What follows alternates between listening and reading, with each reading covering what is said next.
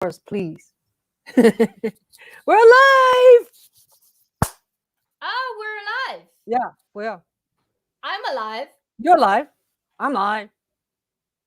Alive. Alive. I don't know. What is this? Let's see.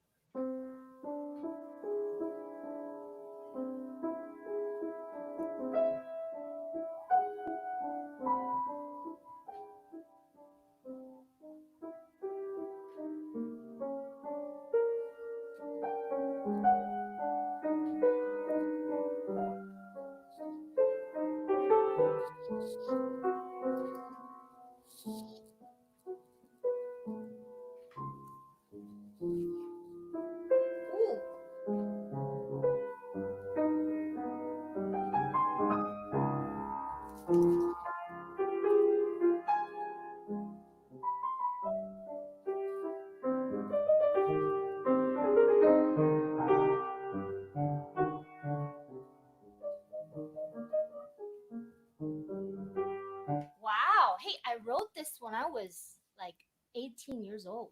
Wow. Wow. I was messed up.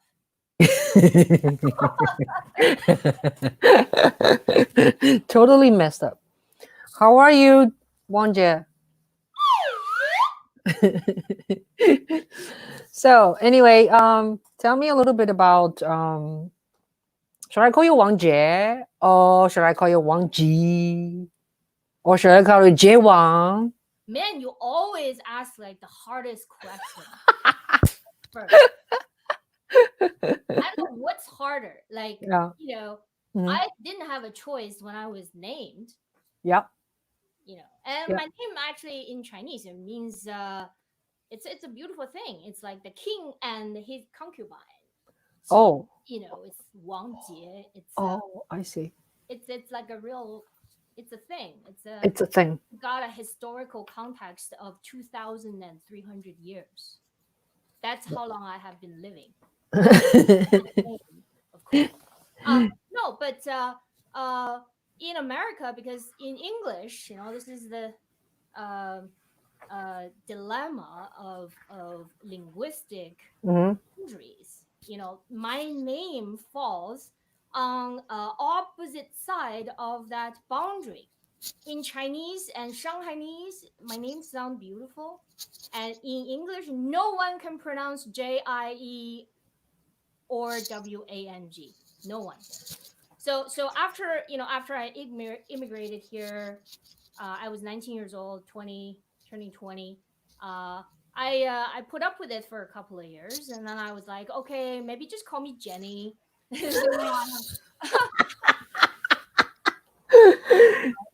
You are not a Jenny, man. You're not Jenny. According to Forrest Gump, that's the most beautiful name in the world. Yeah. Mm-hmm. Yeah, okay. Yeah. So Jenny. So I actually have friends who still call me Jenny. Mm-hmm. And these, let me tell you, these are the friendship that stood the test of time. And they put up with me for 20 years. That's an accomplishment. Oh my God. Actually, I had a student earlier. I was telling him, I said, I'm gonna have a live conversation with you, and I said with Jie, Wang Jie, and he pronounced correctly. He's a violin student. He's a Caucasian kid, So I was very, very impressed. But anyway, so you're a composer, and is that a thing? You are a composer, and I am always fascinated with composers because you basically, you make things out of nothing, and you're a creator, you're a content creator from very scratch. I have some questions for you. First of all, I read, your short version of a biography of yours, and you were born in Shanghai, and people call you like, I don't know. There's a kind of interesting let's see. Let me read a very short version of your Wang Jie born in Shanghai has emerged as one of the most evocative musical voices of her generation. Oh my God, I wrote that. Yeah. I don't know who wrote Right. it. I'm gonna go Somebody. hide right now. Your You know, publicist go wrote hide that. under the piano. Yeah. And ranging from elegant to campy.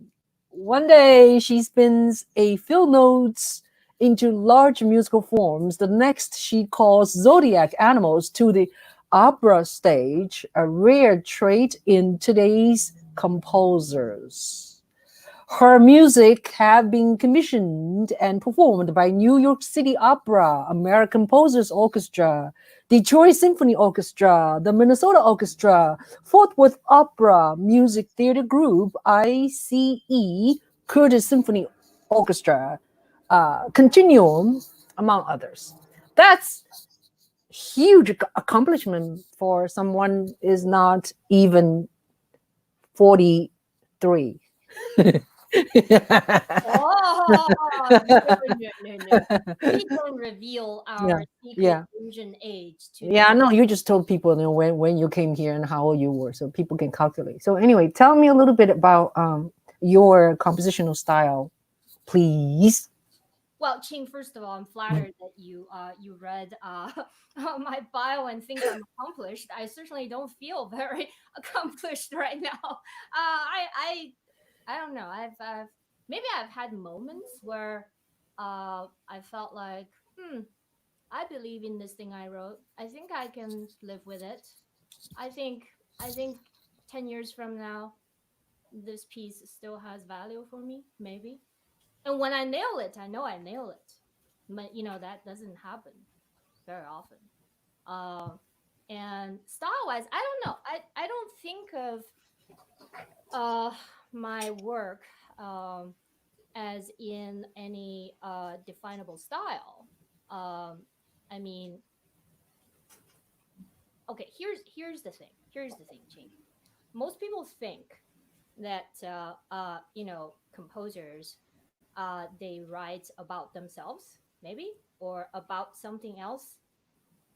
You could say that, but what I do is every day, um, music cannot really express anything other than itself. So what is really? It's just tones. It's just a little vibration in the air. It's completely fictional. It's fiction. So what is the style of it's fiction. It's whatever it is I can imagine. The only limitation is my imagination and my life experiences can or it doesn't have to be connected or related to what I do every day in my fictional world. In fact, my life is actually kind of boring. Uh, I get up in the morning, I have my coffee, I do my stretches, and I look at the dog, and then I just go sit down, and it's not very cinematic. That's why it's really hard to make composer movies. What's your favorite composer movie? Favorite composer movie? Is it? Uh, It's yeah, I don't have one. yeah, exactly. Amadeus is like one of my favorites. Yeah, but that's very fictional. That. I mean, other than they use all his music in the film, which is nice, but the story is kind of fictional, right? The funny laughter. Who knows he laughed like that, I do. Yeah, yeah, it was very funny. So tell me about this recent crisis we're facing, and people lose job, and business closing, restaurant closing, and concert event or stopped and canceled. And so what is the being a composer, like how is this a thing affecting you and your work? Yeah, it's been pretty rough. Um, so my instrument is like out of tune. So I need to explain a little bit. My instrument, I don't mean this piano. One of the questions I get asked a lot is, oh, Wang Jie, do you write at the piano or do you write at the computer? I'm not sure why that has to be a choice. I mean, yeah, there were days where the exams is they lock you in a room by yourself with just blank manuscript paper and the pencil and eraser, and you're there for 8 hours and you come out with a finished piece without any instruments sitting in the room. Yeah, that's possible. But the instrument I'm talking about is it's like here, it's here, it's in here, it's in my chest, it's in my core, it's like above here, I feel it above here, I do feel it that it comes from above. That part I'm pretty sure about. Everything else just kind of changes every day. And composers have techniques too. And yes, we work really hard year in, year out to build our techniques. And our techniques are invisible. Uh, so yeah, it's not like you can hear a little tune in your head and then you write it down and that's a composition. No, this is a great start of the 10,000 hours. Right. Right? So Yeah. my instrument is out of tune because I'm upset. Mm-hmm. I'm really upset. Mm-hmm. I'm experiencing an entire range of emotions that are very strange for me. Mm-hmm. I changed. I know I changed. Uh, Mm-hmm. there is a before and there's an after. Mm-hmm. So there's kind of a reshuffling Mm-hmm. of the elements in my body. Even my sore, my pain has traveled a little bit. Mm-hmm. So, my sense of tempi is Mm-hmm. not as accurate. Mm-hmm. The minute I know that I'm forcing it, like I'm putting out a lot of effort, like I Mm-hmm. feel like I'm trying really hard, I no longer trust myself. Mm-hmm. This is the same experience. I hear this all the time from instrumentalists, and I myself have experienced this. As soon as you start thinking about technique, Mm-hmm. aware of your technique, as Mm-hmm. soon as that effortlessness is gone, like all that's left is the struggle, Mm-hmm. and then the music is so forced and so you know I just don't trust it. Mm-hmm.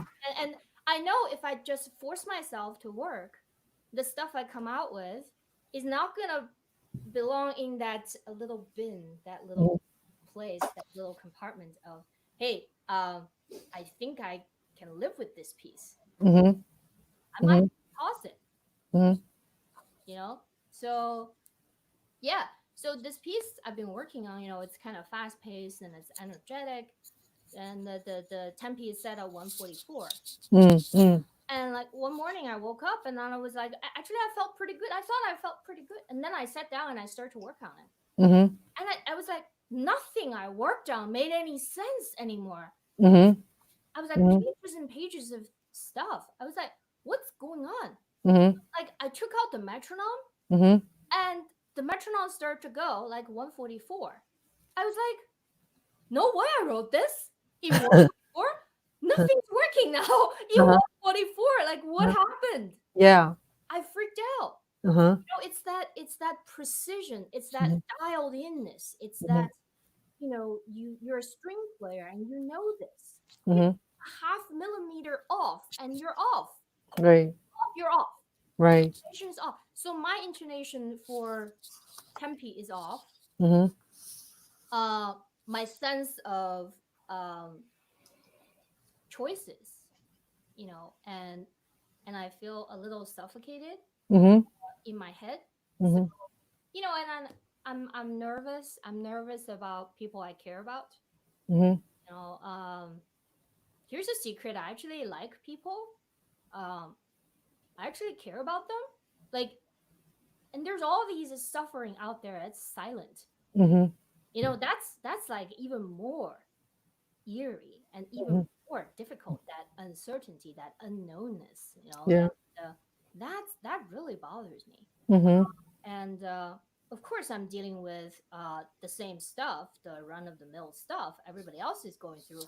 My world premiere canceled in March, and I have plans to travel to these orchestras that were playing my works. They were all canceled. Um, and there were all these friends and musicians that I've been looking forward to collaborating, and now now it's crystal clear to me how I endured years and years of solitude and work. It's because of the musicians. Now there is no concerts and the musicians are also suffering, and I'm different. I know I'm different, and I know that my work is different, and I don't know where it's going to go. I don't know how it's going to get better. Every day is a new struggle. Do you have a routine these days? Yes, always. Yeah. Yeah. I rely on my routine. What, you want me to reveal my routine? Yeah. Why not? Like, you can skip the, unreviewable part. TMI part? Oh, the TMI part is the juicy part. So what's my routine? Well, Mhm. usually I get up about 7:30. Actually, I'm awake earlier than 7:30. I just kind of laid there, and that's actually where I feel most relaxed, and my mind is kind of in this twilight zone, or like whatever you call it, in this halfway point between sleep and awake. So it's a fascinating world, and I kind of live with it for as long as my bladder will endure. And then at some point I'm like, ah, I gotta get up. So I get up and I do my thing. I have my coffee. I do my stretches. By about ideally, 8:15, I am at my desk and I am doing my work. And I have a fantastic little trick to put in the hours. You want me to get it? It's pretty awesome. Yeah. Is it a food? Oh. Oh. Oh, timer. It's an hourglass, and this is a 30-minute hourglass. Hourglass is on, nothing interrupts composing. Doesn't matter what happens. There's Awesome. a fire in the kitchen, Mhm. I'm composing. That's great. Yeah. So, Wow. and I put in a good day is like between 5 to 6 hours, and that's exceptional. I mean, usually I'm pretty out. I'm like, my mind is fried by the 4 hour point. So by about 1 in the afternoon, I eat a little something, and then I start to do all the other work, related work. I publish my own music, so I might do some editing, I might do some emails. Not very good at those. That takes real discipline for me. So then I think about food. That's all I think about. After the morning is over, after my mind is exhausted, that is all I think about. Sometimes, I wake up and then I'm awake, but um, I'm not working out the stuff that I want to work out in my head, and I'm in bed. I'm like just thinking about food. What do I want to eat for dinner? Where do I need to go to get that ingredient? No. Yeah, you're definitely a foodie. I tasted your cooking. It's fantastic. You took me to a butcher near where we live. Mm. That's an eye-opening experience. But that, So but yeah, I guess yeah. the most important ritual for me, Hmm. and Hmm. that I can only speak for myself. That's Hmm. my experience. Is that I almost never begin a piece without knowing how it's gonna end. Same is true. If I don't know how a day is gonna end, Hmm. I don't really know how to start it. and Mm-hmm. that's very disorienting for me. Mm-hmm. Mm-hmm. Uh, I have a question for you. I'm trying to telling people our new link, you know. So it just that's why I'm looking down. Otherwise, I don't. I give you full attention. Hold on one second. Okay, so I just sent a new tweet and a new Facebook link, and also a new our broadcasting on YouTube live right now. So yeah, I have a question for you.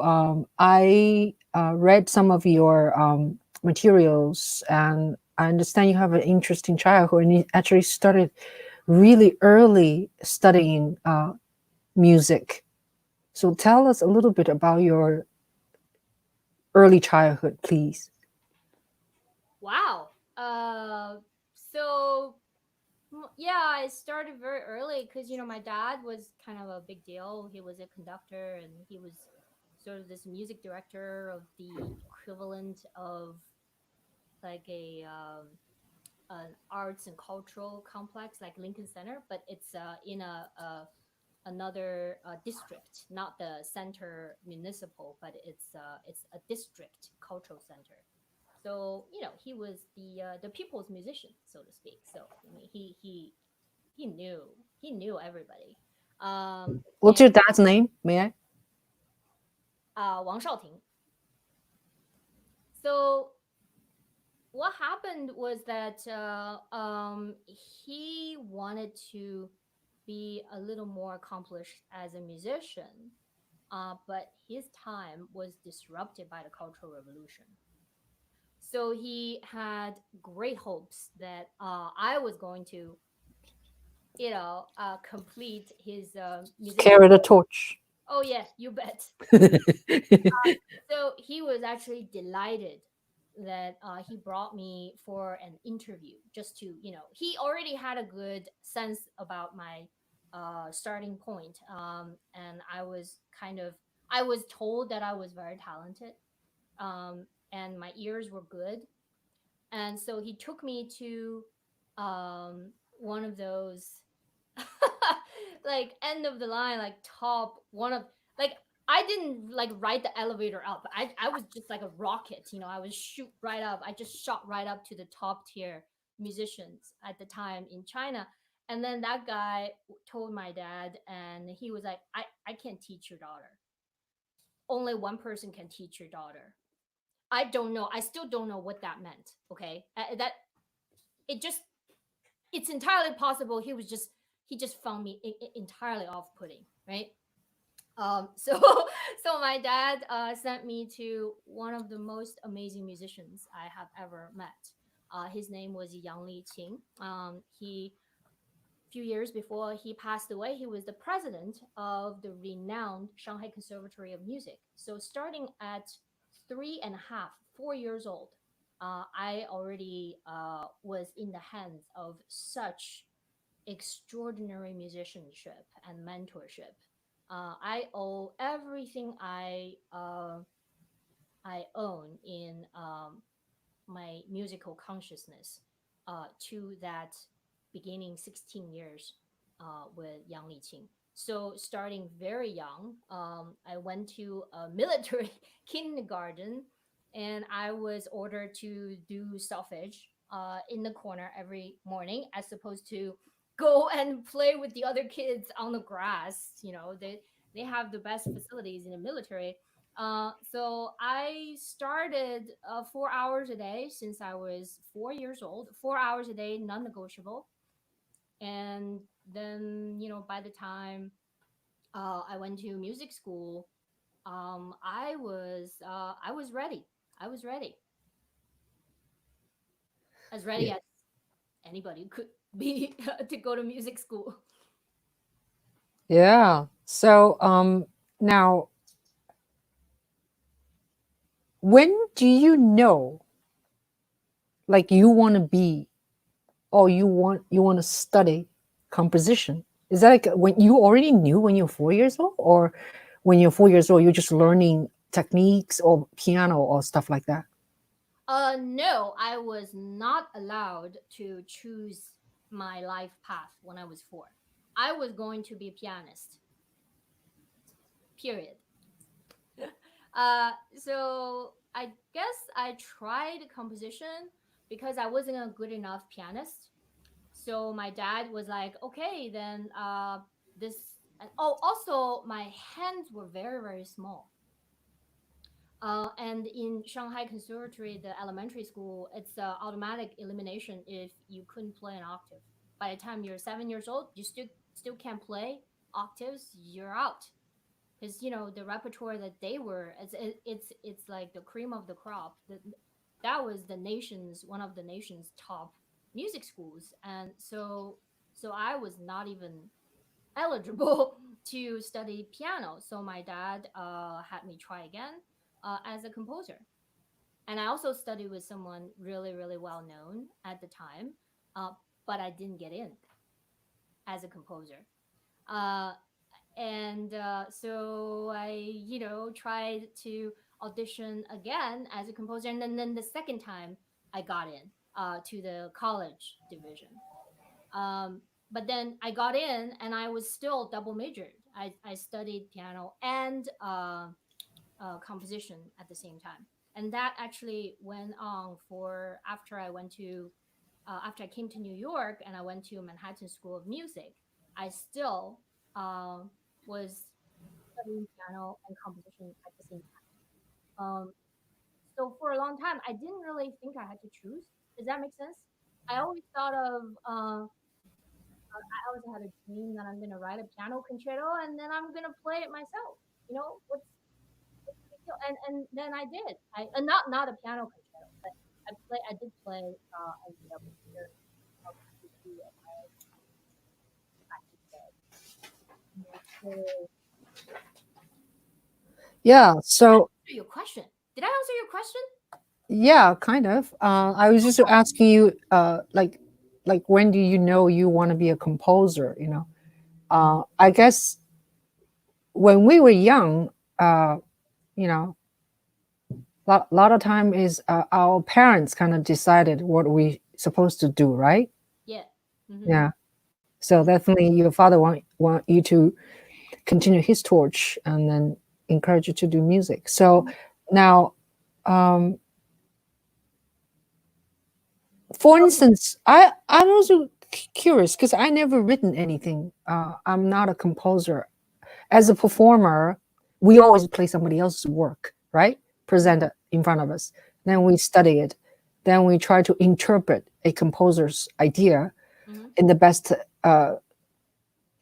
situation, best case we can, and then adding our own interpretation. So that's why each player plays slightly different, even from Bach or to Oh. Beethoven or to contemporary. But Mm-hmm. what I was just thinking is like, as a composer, for instance, if someone asks you to write something, okay, like you're commissioned to write this guitar piece for T.Y. Zhang, Oh, and yeah. how does the inspiration come from? Do people give you a theme? Do people tell you how long the piece they want, or how does that?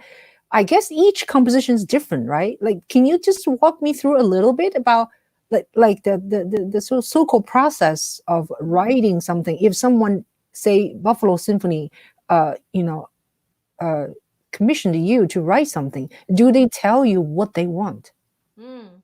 Well, the short answer is it depends. It depends on who hired me, right? That's the first thing. Hmm. Um, but you're talking about my collaboration with TY. Now that was first of all great thanks to Sharon Isbin for making the connection, and this is Hmm. very rare um, that a composer is writing for guitar. It's like the hardest thing to write for. At least, like, who knows how to write for guitar? And I can get into the details of why a lot of composers avoid writing for the classical guitar. But Ty was just so open, so I didn't feel like there was any limit to what I can write about this. And again, the only limit is my imagination. But there are commissions that is that fit in the programming in a certain way, like a concert opener, for example. Uh, well, I'm not gonna write a symphony number one last movement type of quiet and introverted piece for a concert opener. And as for the Buffalo Philharmonic piece, that is a season opener. So Joanne and I, we talked about actually this piece got moved in different programs throughout their programming decisions. And before they decided that my piece was going to be the season opener, uh, the piece was going to be in April, a concert in April, in March, around that time. So that changes. Where the piece is changes. And then Joanne said it should be celebratory because it's going to be the 85th anniversary of the Kleinhans Hall, the completion of their music hall. So that got me inspired to write something that reflects their architectural features of this music hall. And I also already know some of the musicians, and some of them already ordered their solos. I can't promise that I can deliver them now that the piece is going to be celebratory. Um, so it's different. And I also have to talk about a really interesting collaboration that I had recently with an organist, Mark Paco. Uh, and so this commission, it's one of those miracles, usually when I'm commissioned, the funding comes from orchestras and fund grants organizations. It's a very complicated infrastructure to make sure that composers are compensated for our work. But this is a private commission, and and I was thrilled that when we met each other for the second time. The first time we were just talking about what this piece could be and when's the premiere, all the logistic stuff. But then the second time we met, oh my god, I just discovered that he also had this infatuation, this love for the Indian classical music tradition, and so am I. So I was like, oh my god, why don't can I incorporate some of those ideas? Can I do that? And then he was like, oh yeah, I'd and then he gave me a lot of material from his travels to Egypt and to India, and then those were so like it just started to vibrate in my head when I start to conceive the piece, and then I'm sure um, it's at the forefront of my consciousness when I wrote that piece, and it wouldn't happen. The piece wouldn't be the way it is today without having known this about my collaborator, about the musician that I'm writing this for. Ty is the same way. I mean, he's a beast. He can play anything. So I wouldn't. And then I was like, what would be challenging for him, right? I mean, Yeah. what would be challenging would be a rhythmic tradition that he hasn't tried yet. So Yeah. there's it's multifaceted. I love his Bach Chaconne Oh, on his site. Yeah. that piece was Amazing. was definitive. Yeah. It's You amazing. know, He's a monster. And so how is the back and forth? Like for instance with TY, uh, how is it back and forth? Like when you write the first draft, do you show them? Then they tell you, then you go back and they go, how much back and forth are there is to finally make a final? Or you say, I only do 2 revise, or I only do 3. How does that work? Do you know? um, Do you know what I mean? It's like I do video work, some people keep asking me to changing, sometimes gets on my nerves. If it's the first time they don't tell me what they want to change, then they keep adding new things want to change. And it's very frustrating sometimes. You I mean don't know for composition. well, yes. You know, there's one thing that I hope I can be a voice for all other composers is that most musicians hide their mistakes behind practice room doors. You guys practice, practice, practice until it's perfect. Okay, as perfect as you guys can, but that is how many hours, right? Composers make all of their mistakes in front of the musicians. uh, we work without any feedback. And you cannot learn how to write music from textbooks. It just doesn't happen that way, especially orchestration. You know, composer has to write for an instrument that is not native to us. I have to know the orchestra, which is about 100 musicians on stage.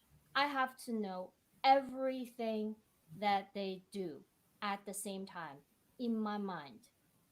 I have to know that if the clarinet is playing this note, which sounds really, really good as a solo clarinet, and if if the trumpet is playing this note right here, which is also kind of a stern register for the trumpet, this note will never be heard. It's gone. I have to know all of that down to the detail, but how would I know that without making all of those mistakes in front of the musicians?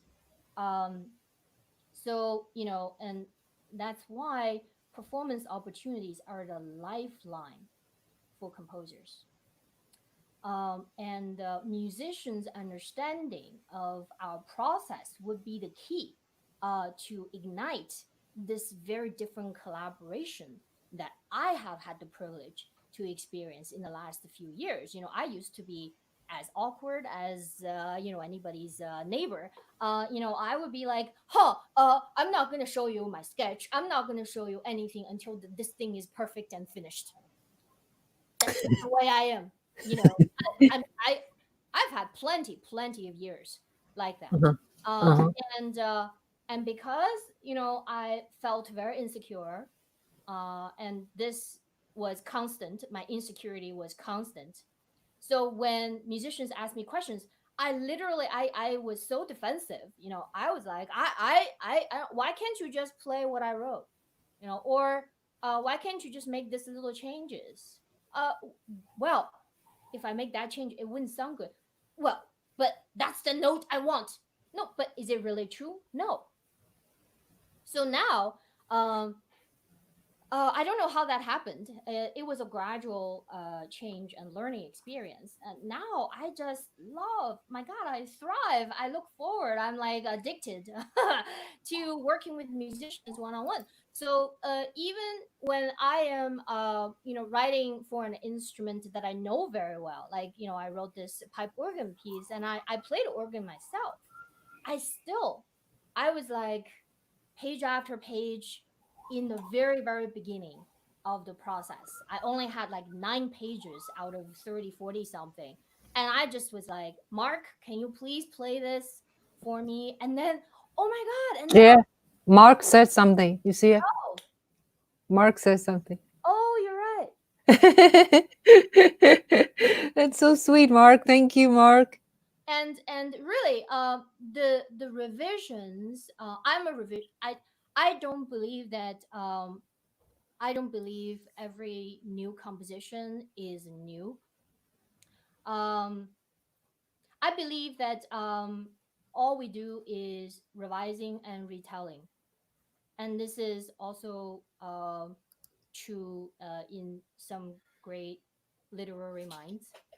Um, there isn't such thing as there's a story that has not been told. Um, I think we're in the business of retelling Shakespeare, also retelling all the stories, and I'm in the business of revising um, what I have not accomplished in my last composition, or the 50 that I've I have so far.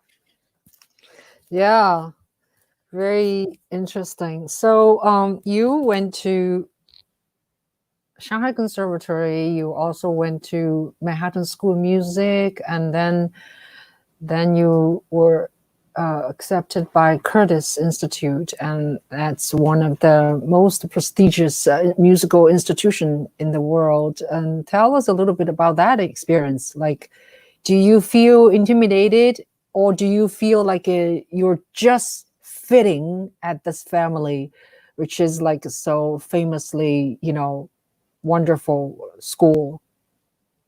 Hmm. Oh, wow. My Curtis years, well, they were definitive. Of course, the timing just couldn't have been better for me. I was slightly older. I was like one of the oldest students. uh, so no, I didn't feel like, and I didn't feel like there's like a lot of fitting in going on, because kids that didn't play in orchestra, just because we all live separately and alone. There wasn't a dormitory. This new dormitory at Curtis was like a new thing. When we were there, they just gave us a Steinway grand piano. Oh yeah, and then they're like, you go find an apartment 10 minutes walk from the school, and then you go live there by yourself. Literally, that's it. So um what really the only social life we have was the Wednesday afternoon tea. And then we all dress up, we go to tea. And then I was always so awkward. Um, I felt old, and I felt out of place to talk to everybody who was so young and so talented. And then I think I didn't really feel the impact of my Curtis life until I look back a few years later, and I looked at the work that I produced during those years, and the confidence, my technical confidence that I gained during those years. And I really think that is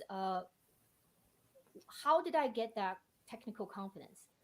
Because the technical confidence of the Curtis kids at the time was so infectious to me. I just took it all in. It was nonverbal. Nobody Mm, told me. mm, Nobody can tell me to do anything. I have a mm, story about that. mm. uh, You're a big sister.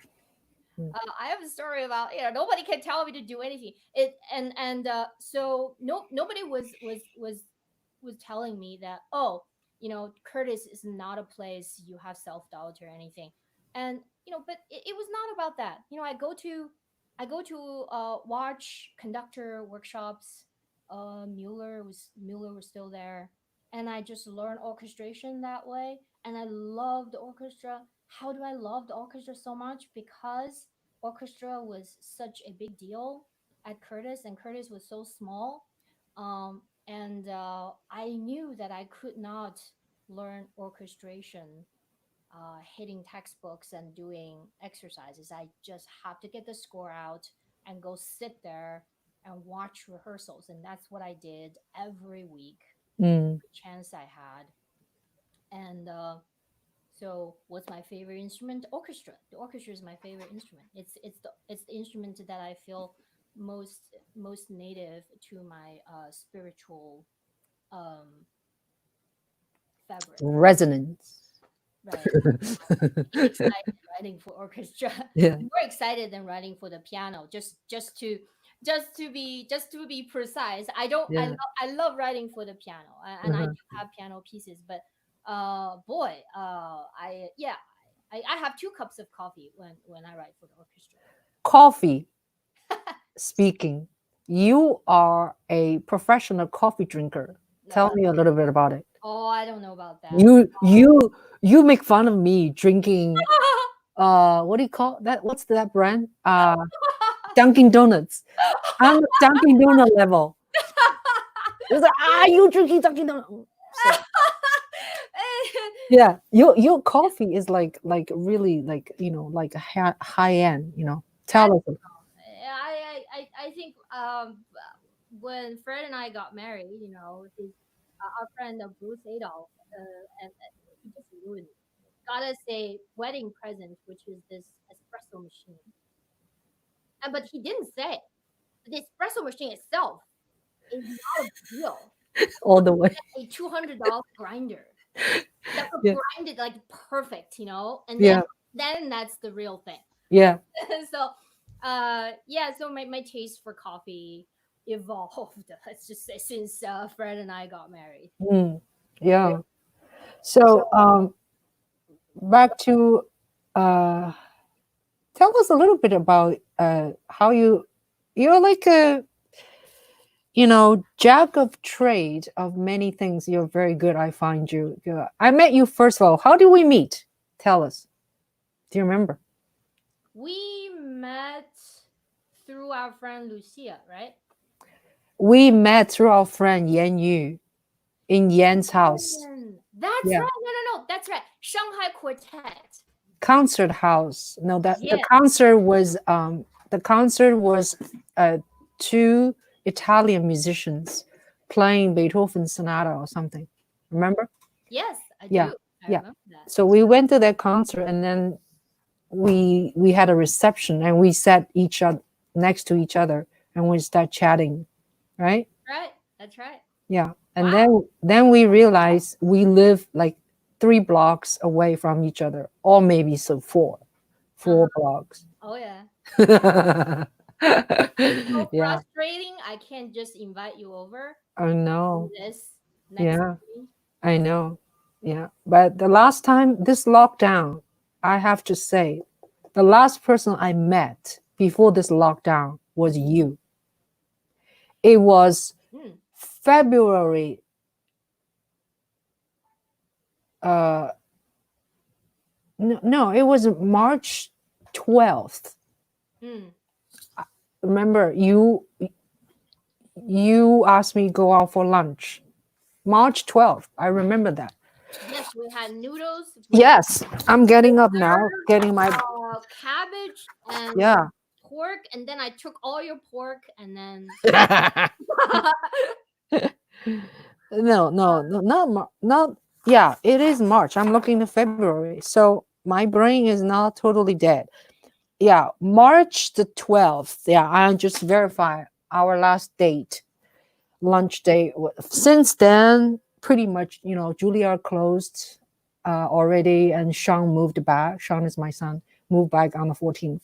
So since then, I haven't seen other people other than my family members. So anyway, that's how we met. But I see you online here and there. I see you actively on Facebook. And tell us about what do you do to keep going crazy in terms of fitness? And you have this special thing you going on. Keep myself crazy. Yeah. Oh, you're already crazy. I'm already crazy. We're all crazy. I don't have to try very hard. I just show up and I'm crazy. Well, okay. So I can't rock climb these days, and I mean, it's depressing. I really want to just it's the spring. It's rock climbing season. And what do? I dance. I dance a little. I'm studying Bharatanatyam, the Indian classical dance. And I love just dance to rhythms that are too difficult to put into 2 4 3 4 4 4. So so I'm dancing quite a bit. I am reading a lot, and I guess the biggest plus that I have discovered during this lockdown is that friends that before the lockdown, there are friends that Fred and I don't really see very often because our everybody is so busy and the schedule is such. We keep missing each other. And now it's like we just turn on Zoom and then we get all silly and then we do, wine and we eat. And I'm just having a lot of fun connecting to these friends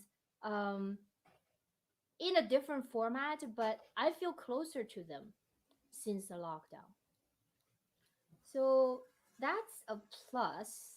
Mm-hmm. Um, if I have to say anything about the negative part of the lockdown, um, it really is the not being able to cook for people and hug people. You know, I'm very I like to share food conversations, and I'm very social, and I like to invite people over for dinner and then just talk. And I really miss that.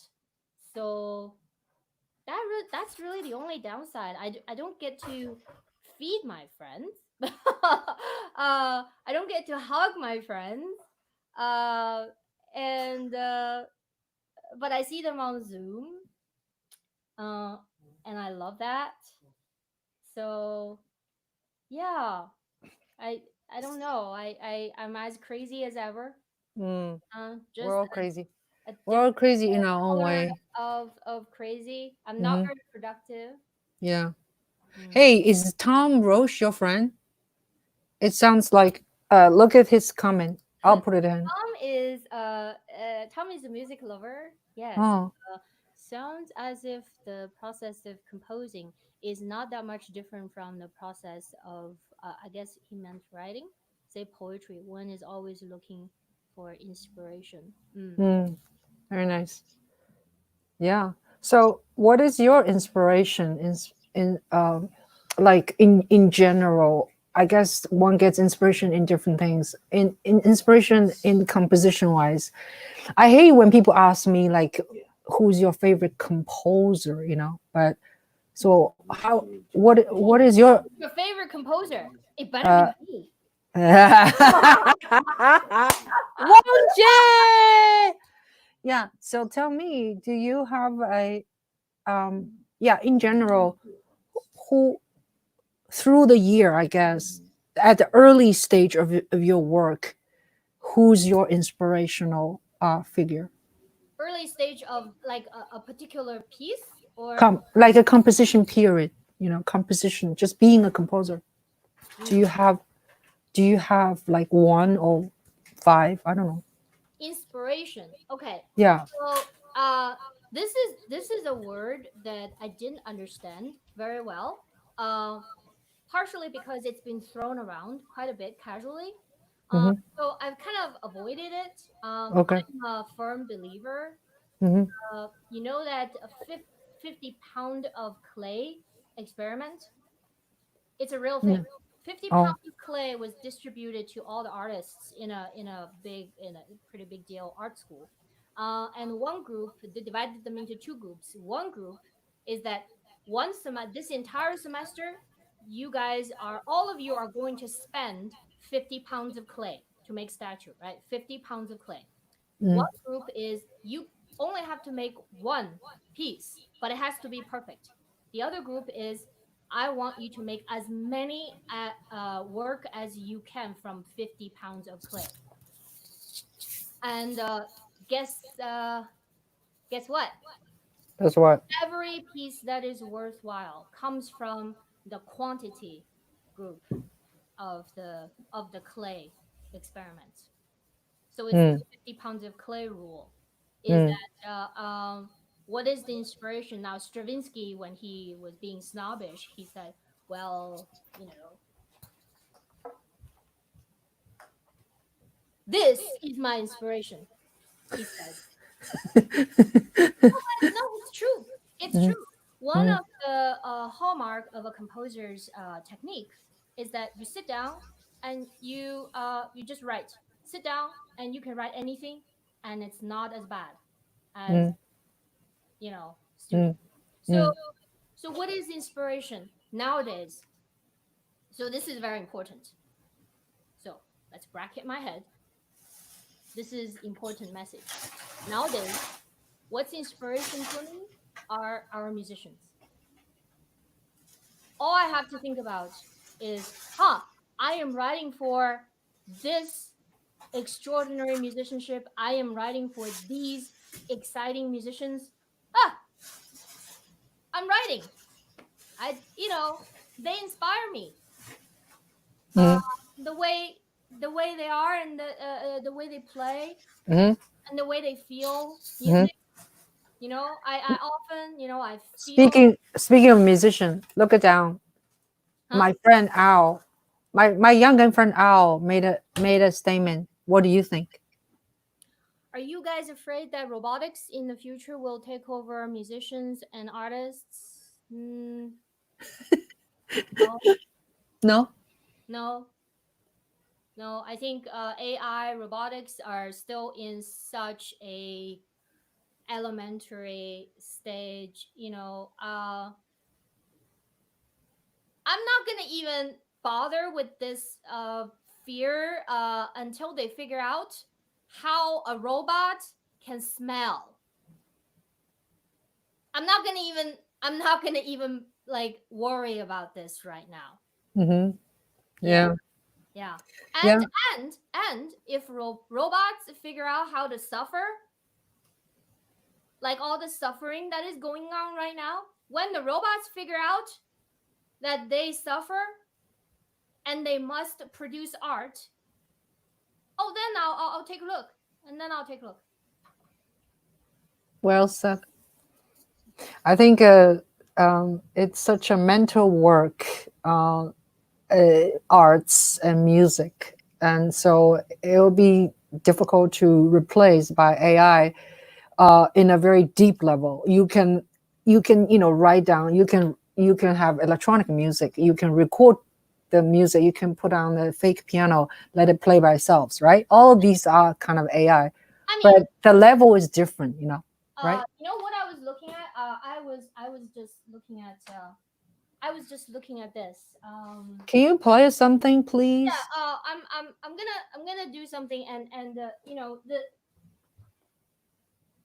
what can robots figure out? Oh, what are the frequencies, and what are the combinations, and the probabilities, and the math, and all of those things. Mm-hmm. And you know what? Mm-hmm. And listen to this. So all this is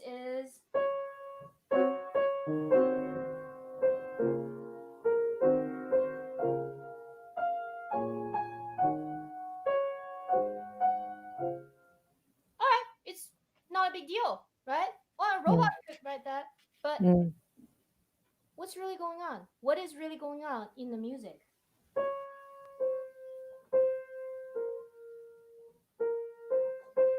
Oh, it's rising. Oh, that's a different flavor. Different parts of my body is being activated,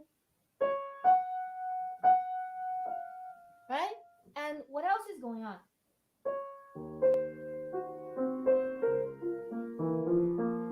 There is just in this 2 seconds of music.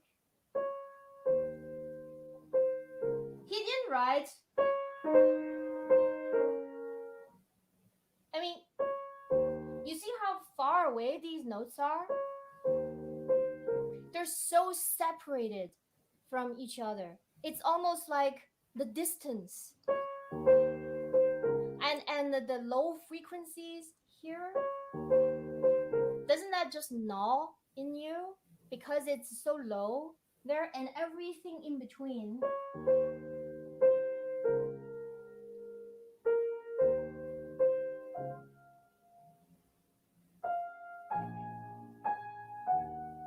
Oh, it's so isolating. It's so lonely. Every note in here is so lonely. And then, is that the composition? No.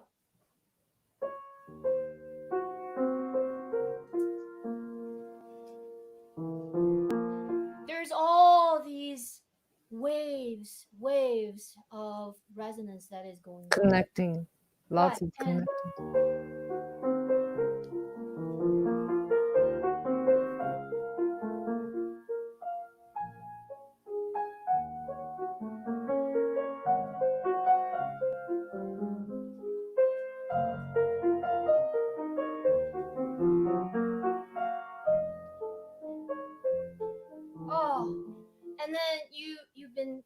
going through all these places. It kind of meanders, and then it gives you a little feel of belonging.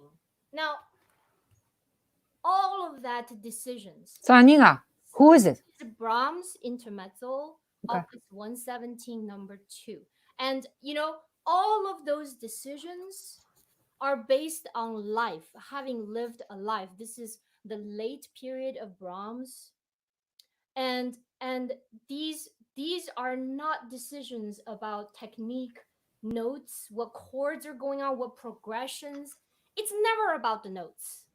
It's always about what it is that it could evoke in the musician, in and therefore um, expressed to and being connected, engaged to the listener. And the listener also bring a lifetime of life, of experiences into the listening experience. I would not be surprised if a person such as myself, who feels like, oh, when I'm sad, I just have to do something so I don't feel so sad anymore. I'm really sad right now. I'm really sad about what's going on in this world. I'm really sad at how the federal government has handled this. I'm really sad about people who have lost their loved ones. I'm like, I'm about to cry right now. I am really, really, really sad. And you know what? Brahms knew everything about my sadness. And he passed away over 100 years ago. How is that possible? Now, that is the power of art. A robot will never get there. Yep, that's true. So do you ever write something for the sake of you, like now? Like it's not a commission, just because you want to write something? Oh yeah, I was doing that. What, Tuesday? Oh yeah. Do you improvise? Um, If yes. say, can you improvise on Happy Birthday song? What would you do? I don't really improvise on Happy Birthday. I did Okay. compositions on Oh Happy yeah. Birthday. Oh yeah. But no, I don't really. Okay.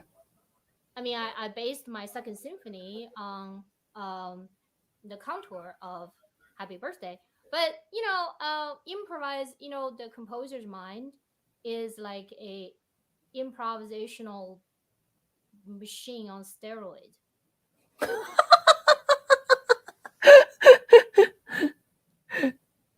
Yeah, because you know what I can Yeah. improvise on?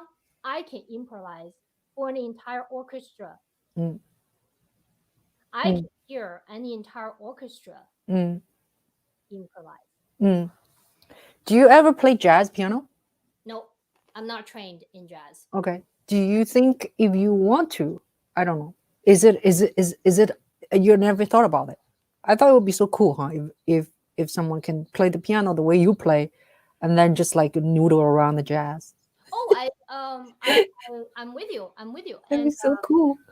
I love the form. Mm, And mm, I also would like to play the sitar. I also would like to dance. yeah. And I also would like to rock climb better. And Right.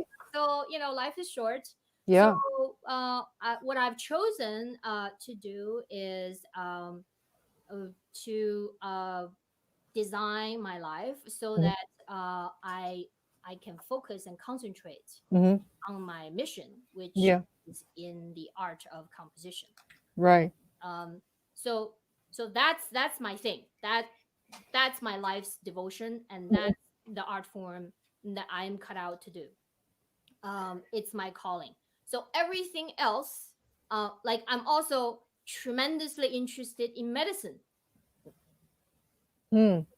Yeah, I can get lost and have a ball with a book of anatomy. So like I don't have a lot of time to learn jazz, but Mhm. when I listen to jazz, oh my god, do I love it. Mm. And I admire what those musicians can do, and I learn tremendous from them. Mhm. But that's very different from whether I can, do that. Yeah. um Great. So, oh wow, I remember. So we're almost time. Are you going to reveal a secret to us today? I was told there is a secret to be revealed. I don't know what it is. yeah. Do you? I was deciding between whether I want to review a big secret or like a smaller one. Big, big. The We want a big one. uh-huh. My biggest secret is that I actually like people and I love people, and my biggest ambition is to make my audience cry. Is that a secret? That looks like a desire, more like a It's my secret. mean desire. When feel like I I feel really bad, and then I just am like, why can't you do better? Why couldn't you have done better? So yeah, this is kind of pretty fundamental, and I've denied myself that for many years. That is really the foundation of my artistic drive. Um, Oh, so Mark says he have cried. It's funny. Yeah. it, Wow. So what about small secret? small secret. Yeah, Um, you're in trouble. I am freakishly flexible. Oh yeah. Yeah. Show us, show us. Uh, Can you do a split? well, if I really do it, but I have a thing called a joint hypermobility syndrome. This is why I have very small hands, and but I can play Rachmaninoff like nobody's business, Mm. because I like my fingers. I can do this, and I can. You see this? I'm touching my own elbow. I don't even feel it. Most people cannot touch their elbow with their thumb. You see this? I'm not even trying very hard, Mm. and I don't even feel it. Mm. Wow. So So what does that mean? Do you think you can commit more crime than us?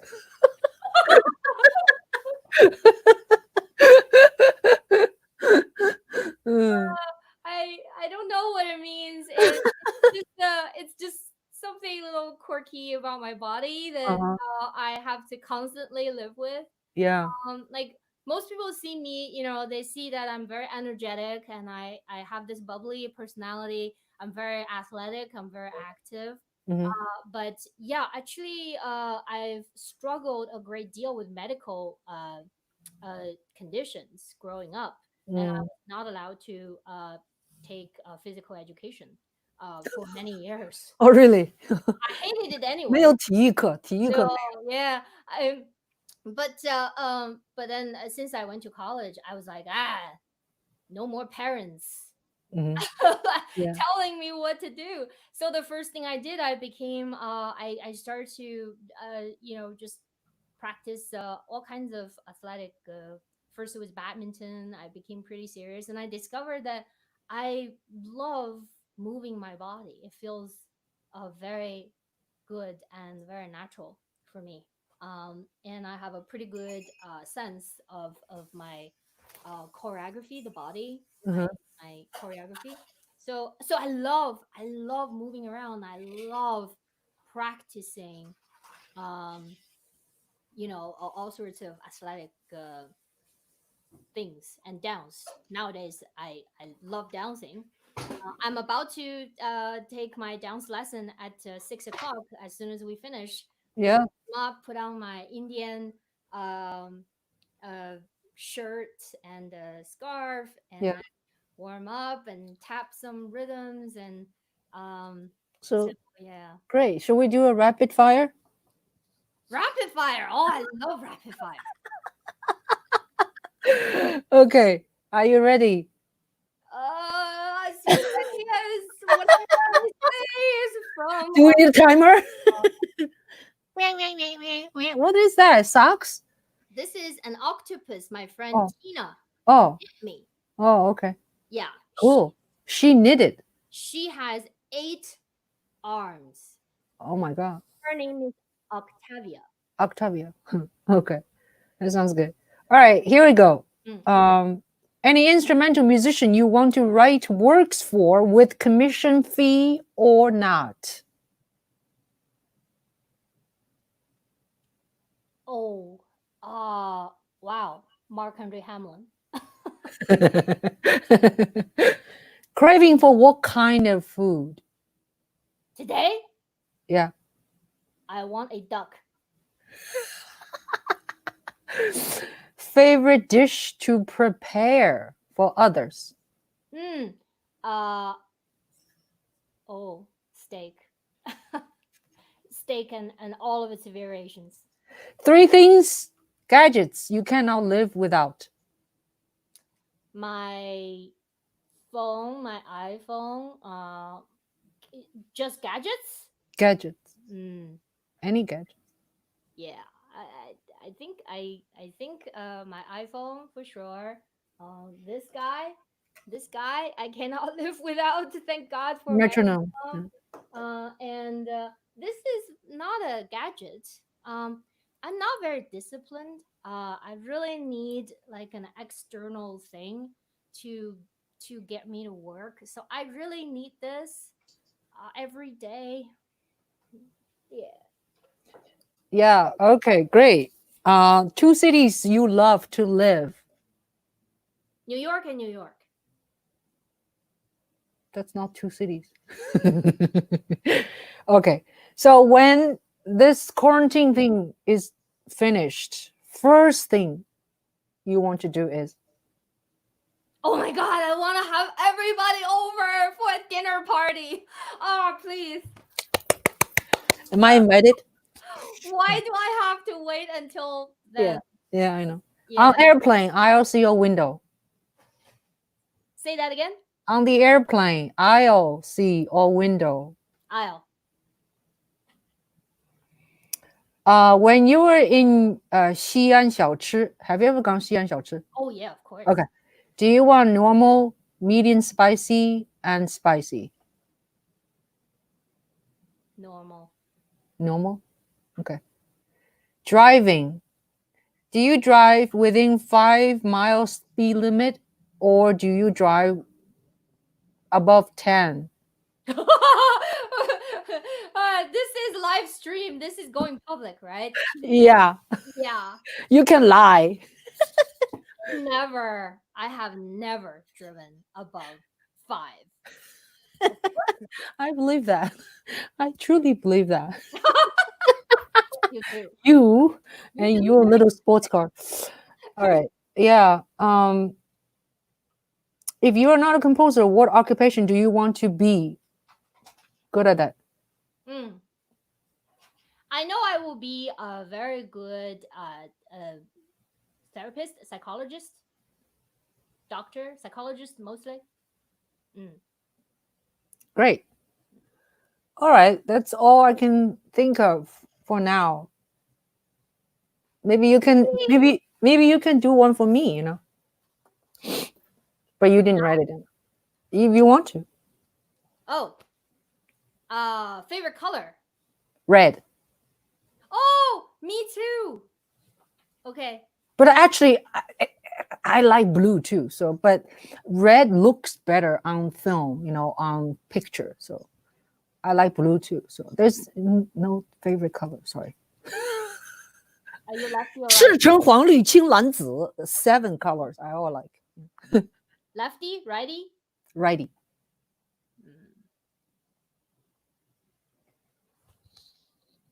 Righty. Okay.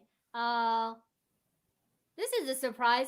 I Ah, I didn't prepare. it's okay. It's okay. That's all right. You don't have to. Rapid questions for you. You don't have to. So yeah. It's okay. Every other question I have about you is kind of private. Oh, really? Yeah. Try me. Try me. Maybe I'll answer it. Um, when was the first time you kissed someone? Oh gosh, See? I don't even remember. That's a question. It's not even like I want to tell you or not telling you. I don't even remember. So that's too long ago. Yeah. See, Yeah. Ching, Yeah. careful what you wish for. Yeah. Ha, ha, ha, ha, ha.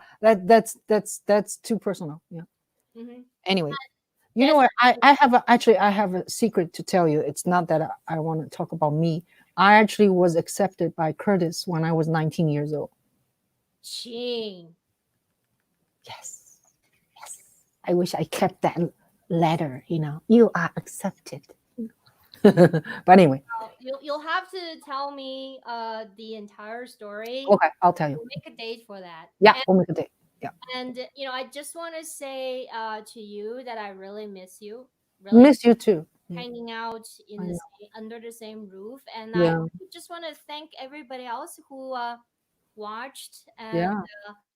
put up with me and my quirky. We're 13 people now. Oh, that's 13. great. That's great. Yeah. Yeah. At the beginning it was like 6, now it's 13. So why don't you do a conclusion, sort of a talk to us, like, you know like give us some, I don't know, tell, I think this the whole point of having guests like you be on my YouTube channel, and to talk about, their crafts or their music or their specialty, is because I think everybody has more time to look at the devices now at home. They're not going out, and so try to find comfort, try to make people, to benefit people's life, maybe from our talk, or other, my other musician friends online, and so maybe you can give us just a last word of how we're going to all hopefully come out from this horrible, uh, virus situation, and Mm. hopefully we're not going to be destroyed, in many ways. So what do you think? I do. uh, Okay, Ching. I really appreciate the question. It's not an easy one. And every day I think about this. What can I contribute to the world that is suffering so much right now?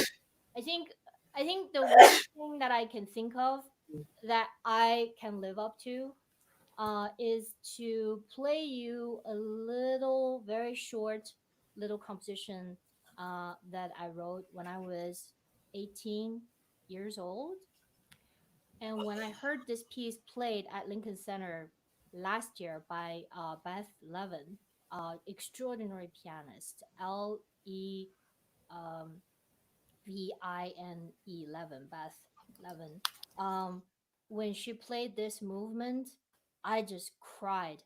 Uh, I wrote this so many years ago, and that this little movement can still reach me. I really want to meet the girl um, face to face who wrote this composition. So can I just play this? It's please, very short. please, It's a middle movement uh, of a piano suite that I wrote for young pianists. Um, please. and that would be the conclusion. Okay. So the title of this suite is Memories of That First Summer. Great. Mhm.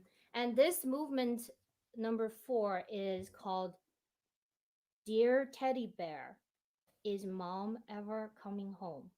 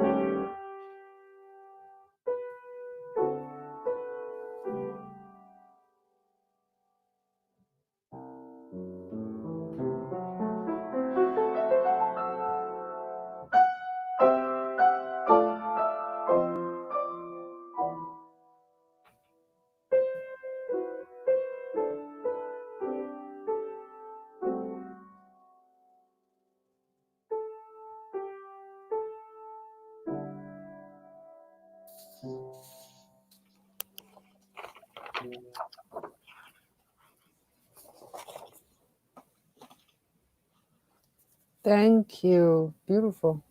Beautiful. Thank you so much. Everyone. Thank you. And Mark was asking, like, when is the next one? I guess Mark means when is the next conversation. So I'm going to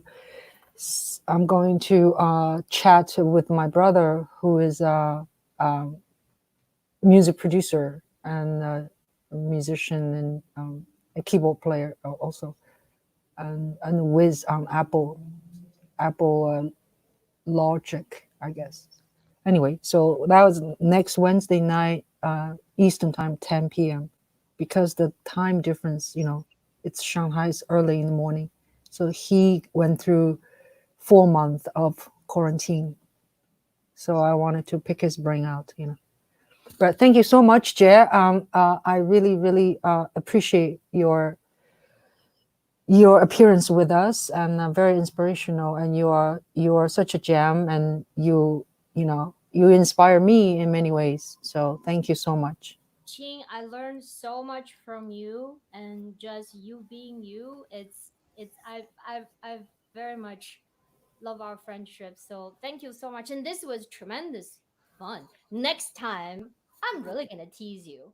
Very quiet. your behavior today. Yeah, you I'm a behave well. You're absolutely the best behavior. Yeah. Okay, great. So have a great dancing tonight. Thank you. Thank you. Bye. Thank you everybody for watching, and so I'll see you next time. Bye. Bye for now. Bye, sweetie. Bye.